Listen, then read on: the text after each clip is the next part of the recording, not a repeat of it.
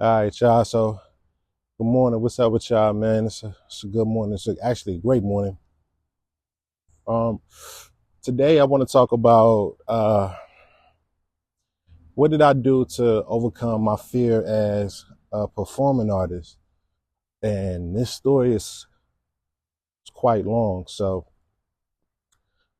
it started out probably I can't even remember the year. Maybe 2007, maybe 2006, 2007. I was like 12 or 13 years old at the time. My teacher at the time, she was my English teacher. Shout out to Miss Garland.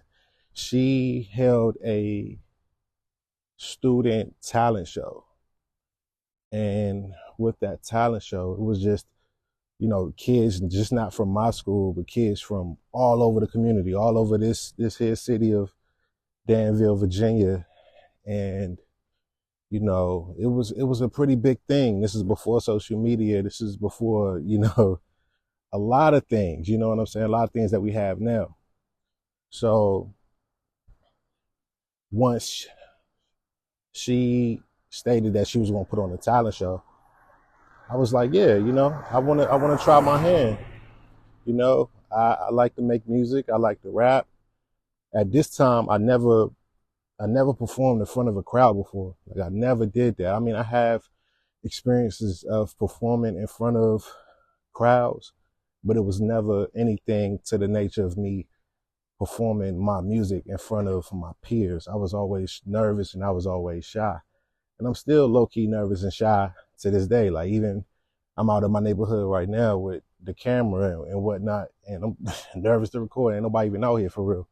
But going back to the story, so the very first time that she stated that, hey, it's a talent show that's going on, and I showed my interest, you know, the first thing that she made me do, because actually the the auditions for the performances were already over with. So I told her, one day, like I told you guys, I'm shy. I'm a shy little kid at this time, and I told her that I want to be interested in performing in the showcase. And so what she did was we was actually in the middle of class, and she told me to get up in front of the class and rap, and I did just that.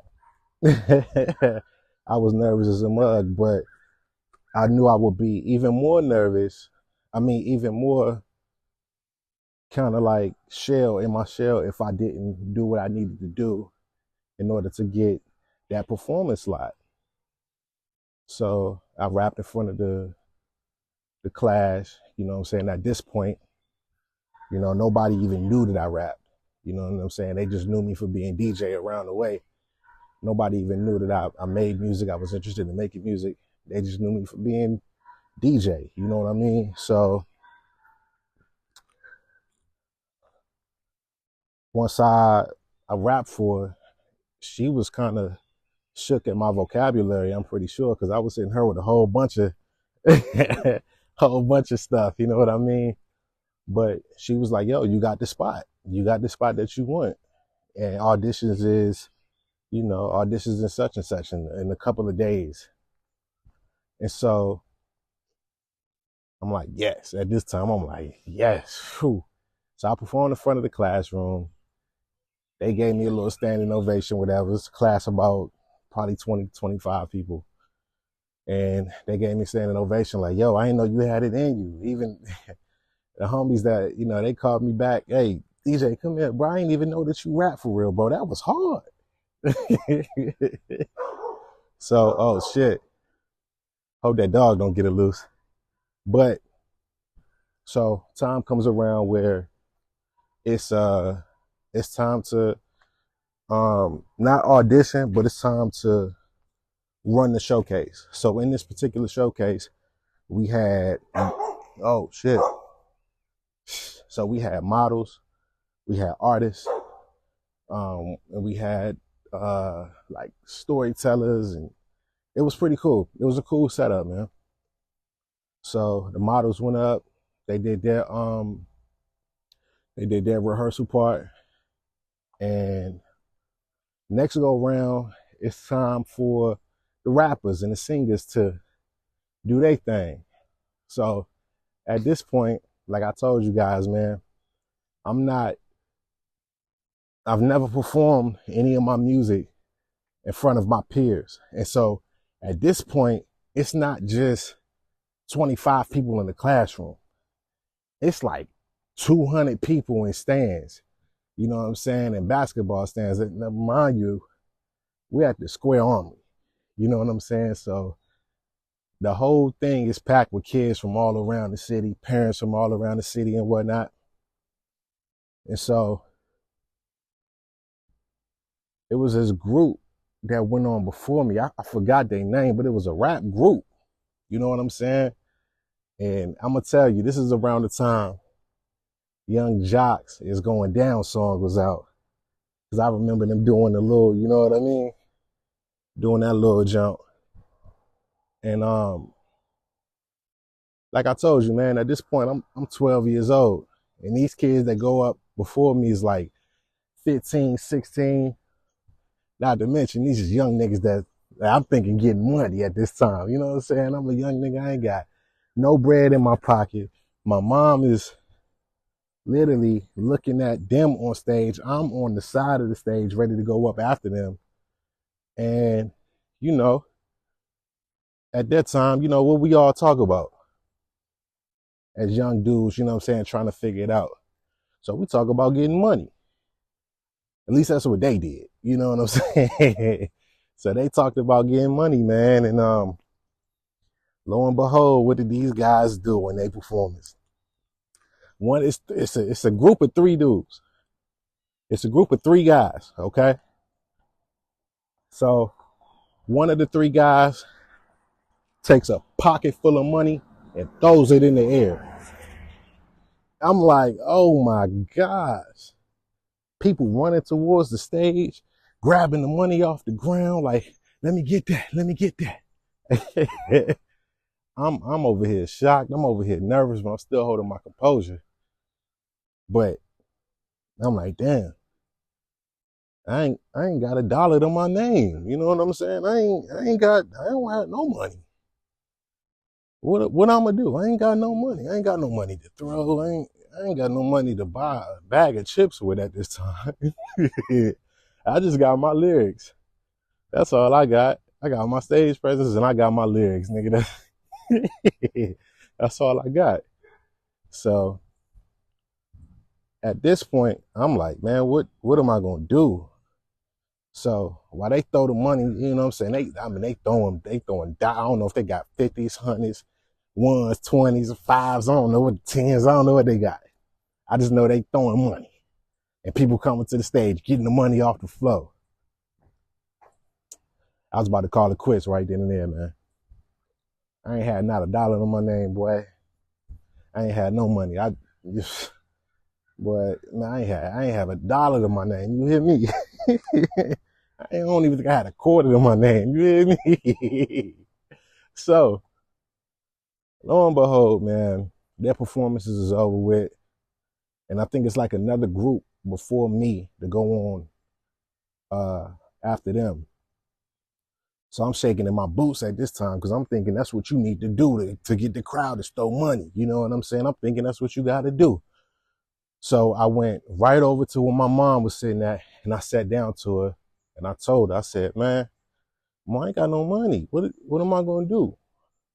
So at this time, my pops, he's an over the road truck driver. So what he did was, well, what my mom did was she called him and he kind of talked me through it. Like, it's cool, man. You don't got no money, but you don't need no money. I heard your music. You good. You really good.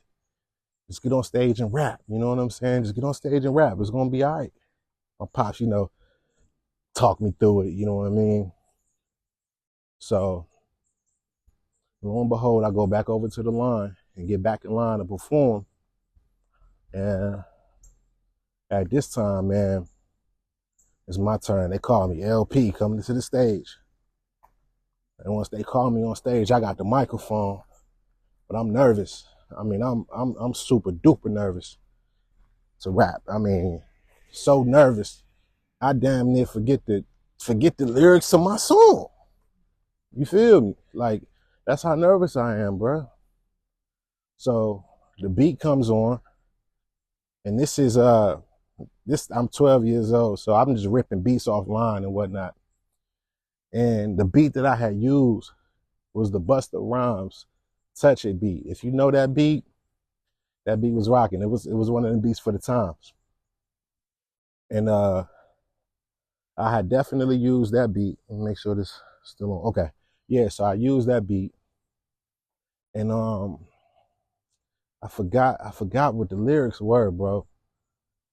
But once it was time for that beat drop to come in and for me to get on the mic, I'm nervous. I'm holding the mic like this. You hear me? Holding it like this, scared as a mug, not knowing what I'm gonna do.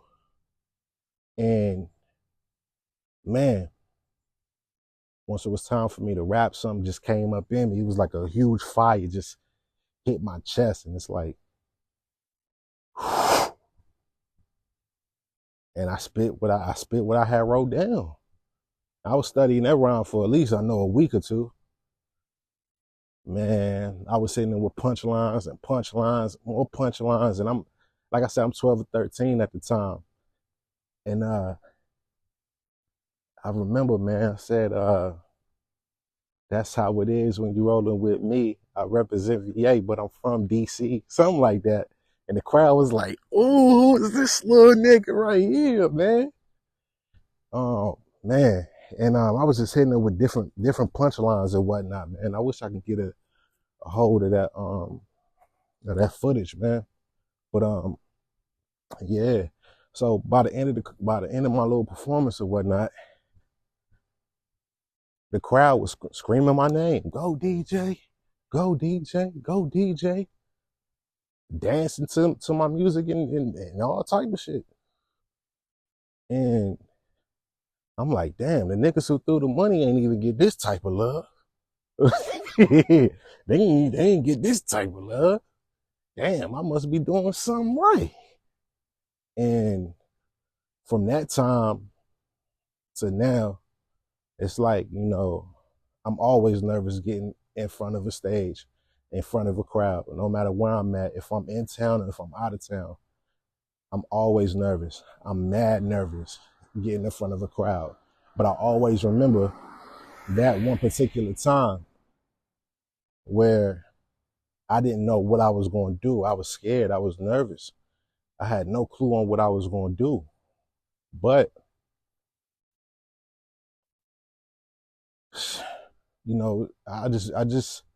I'm guessing that it's okay to have them nerves, man. It's okay to be nervous. The day that you're not nervous going on stage, the day that you're not nervous doing what it is that you prayed about and you wanted to do is probably the day that you should give it up, because that's the day you're getting mad comfortable. You feel me?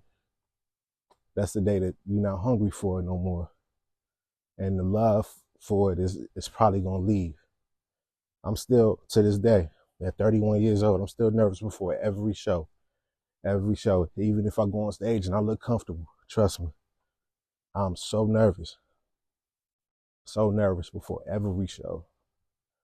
And like I said, man, that's how it is to this day. But anytime I go ahead and perform, I always just remember that time. I always remember that time. And it always puts me back into the mode, because it's like, no matter what the person did before you on stage, no matter what the person's going to do after you on that stage, you have to give the best performance. So once you go on stage, know your rhymes, know your song, know your lyrics by heart. Love what you do. You feel me? And even if you have nerves, man, if you're nervous about something, it's okay. It's all right to be nervous. Push through it, just like I did, man. And you'll be fine. The only thing you can do is what you can do. And you'll be surprised on the reception that you get. But you got to give it your all, man. Got to give it your all. Anyway, You know, that's my little daily blog, my little daily event for y'all today. And also, man, while I'm here, I'm pumping this hill right now. Huh? I don't know if y'all can see it, but I'm pumping this big motherfucker. You hear me? I've been talking for 15 minutes and 20 seconds. Whew. But I'm almost at the top of this motherfucker. But man, what should I call my little daily vlogs, man? It's like my third or fourth one.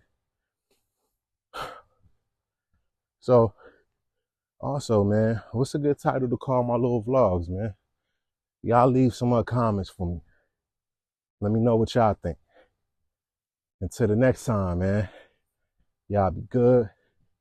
Y'all be safe. It's all love. And I'm gonna finish getting this workout in. You hear me? All right.